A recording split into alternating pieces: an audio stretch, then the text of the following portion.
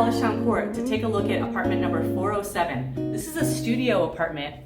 We're at Collegetown Court. This building is located at 208 Dryden Road.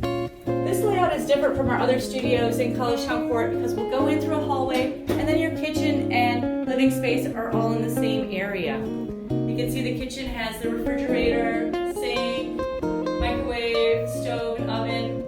Let's take a look at the furnishings. There's a dining table and chair. You can see the full-size bed. All of these apartments in Collegetown Court have a large picture window. Studios always will have an air conditioner.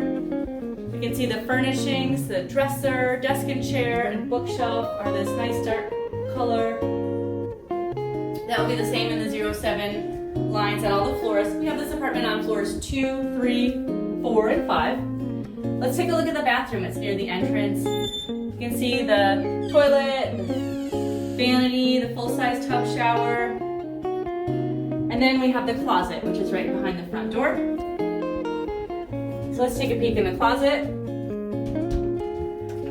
So this is apartment number 407, the 07 floor plan model in Collegetown Court at 208 Dryden Road.